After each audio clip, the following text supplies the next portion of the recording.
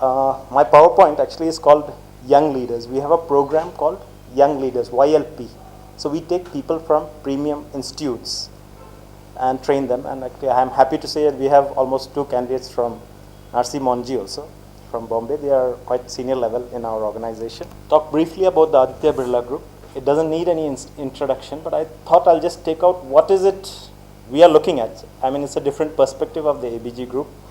And mostly I'll focus on telecom. Actually, though this talk is not on telecom, by the end of this talk, you may be sick of telecom also. I mean, you must be using mobile phones also, but do you know what is the complexity behind it? I don't think so. I mean, it's not needed also. I think once you get into any business, you don't need to do complete complexity. You just have to understand what is the business trend. It can be any business, aluminium, coal, or whatever it is. So here I give you an overview of that. Then next step, I mean, I think I will be stepping on some toes here, but I've already taken preemptive bail from your professors. So here I'll be talking about what actually when you come into the organization, students have some preconcepts or preconceived notions about what I'll get in. I mean, I was sharing with them, I had been to IAM Kozhikode on a recruitment, and sometimes we are disappointed. Sometimes when they come in, they are disappointed. They expect something else. So what business needs, I'm just trying to give you a perspective. It's my perspective entirely. I have taken a lot of inputs from education specialists, people who are specialists in creativity, innovation. Some thoughts from Clayton Christensen. I think you have heard of disruptive innovation. Some thoughts are there, but mostly it's my insights into telecom again. I think how the last portion of my presentation, I think we talk about, I think the key qualities I'm talking about the business needs is 3 things for me. First is creativity. Anyone who comes into the company, everyone has to be creative. Second is innovation. We'll talk about what is innovation. I mean, it's a very familiar word to everyone. It means creating something new, innovative, something which is in the market, you adapt it to this. A third requirement is independence.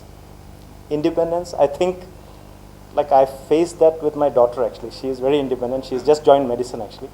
So she likes to say her opinion. I think I know better. So that's independence at that age. But I think what we mean in an organization by independence, I'll try to explain.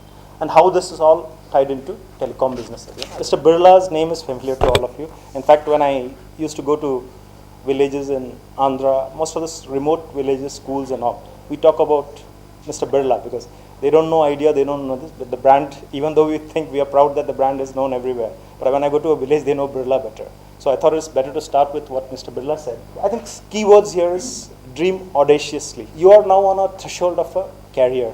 I mean, it's like you have taken a decision. I mean, it's a big decision to stay 2 years of my life I'm going to spend slogging. I mean, to use the right word, you're slogging. You have taken a decision to get into a premium institute. Now you're working day and night to get this degree. So here, I think a psychologist is there called Scott Peck. I don't know if you've heard him. He's written a book called The Road Less Traveled. He gives 2 principles for educating children there. What he says is, first thing, learn to delay gratification. Children nowadays, most of you or some of you from very good families, top families, so anything you want, a Nike shoe, anything is available. So if you can teach your children to delay gratification, I will give you the shoes, but please give me this essay. I mean, it could be anything. I mean, do this, clean your room. Delay gratification. Second thing is, what is it?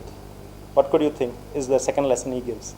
That there is going to be, what he says, waves of turbulence and discipline. There is going to be trouble. Life is not going to be smooth. You cannot tell a child or something that everything is going to be good every day. There are going to be periods in your life where you feel that there are things which are bad.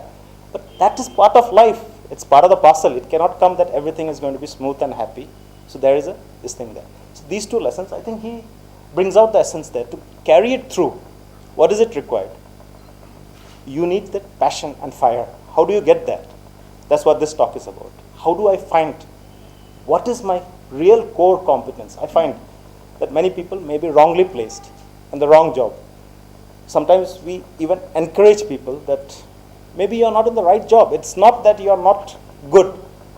I have taken a decision to do an engineering degree and something else, but maybe you're not in the right job, maybe you're not in the right place. Sometimes it happens that way, but 99% of the time we are successful. And I personally spend time on recruiting people because it's important we get the right profile in. So he talks about dreaming audaciously, and one of his audacious dreams is to turn this company, this multi-national group which is spread all over the world, to have $65 billion revenue by 2015. We are presently at $35 billion. 60% of the revenue is coming from all over the world. I think this multinational corporation, if you talk about MNCs, people see it, but this word was actually, if you look at it in India, the first multinational is Mr. Birla's group, which has gone to Thailand.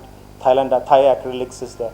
Or if you go to US, you would have Novelis there. And I think what we are proud of, if you look at it, two main threads are coming out. I mean, if you look at it, it's across the world. What is it you find? I mean, if you go to China, the way of behaving there is different. Let's take India.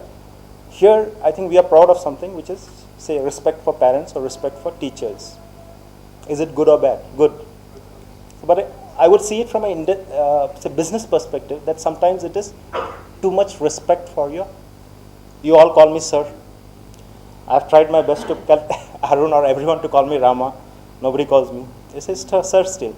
So is it because that your culture is such, but you go to Novelis, if you call sir, they would feel that maybe you're not open enough, you're not able to voice your thoughts, or you're not able to, you don't have your own thoughts. Are you just waiting for an instruction before you do something? Or are you independent? So this is one thread which comes. You will have to work with different cultures. If you work in China, for instance, the ABG has a website called World of Opportunities. If you look at the logo below, that colorful balloons and this thing, it's World of Opportunities. It means anywhere in the ABG group, you can move from one Hindalco Aluminium to services, telecom, or Birla Sun Life. So it's opportunities across. But the main thing is that the thread is that culture across. I mean, I cannot change your inherent culture, which is like, if I go to Kerala, the Kerala government will say, please study Malayalam, or you have to study Andhra. That's the natural culture. But the company has a culture that we are transparent, we are open. That you go anywhere, people will accept you, respect you, and treat you well.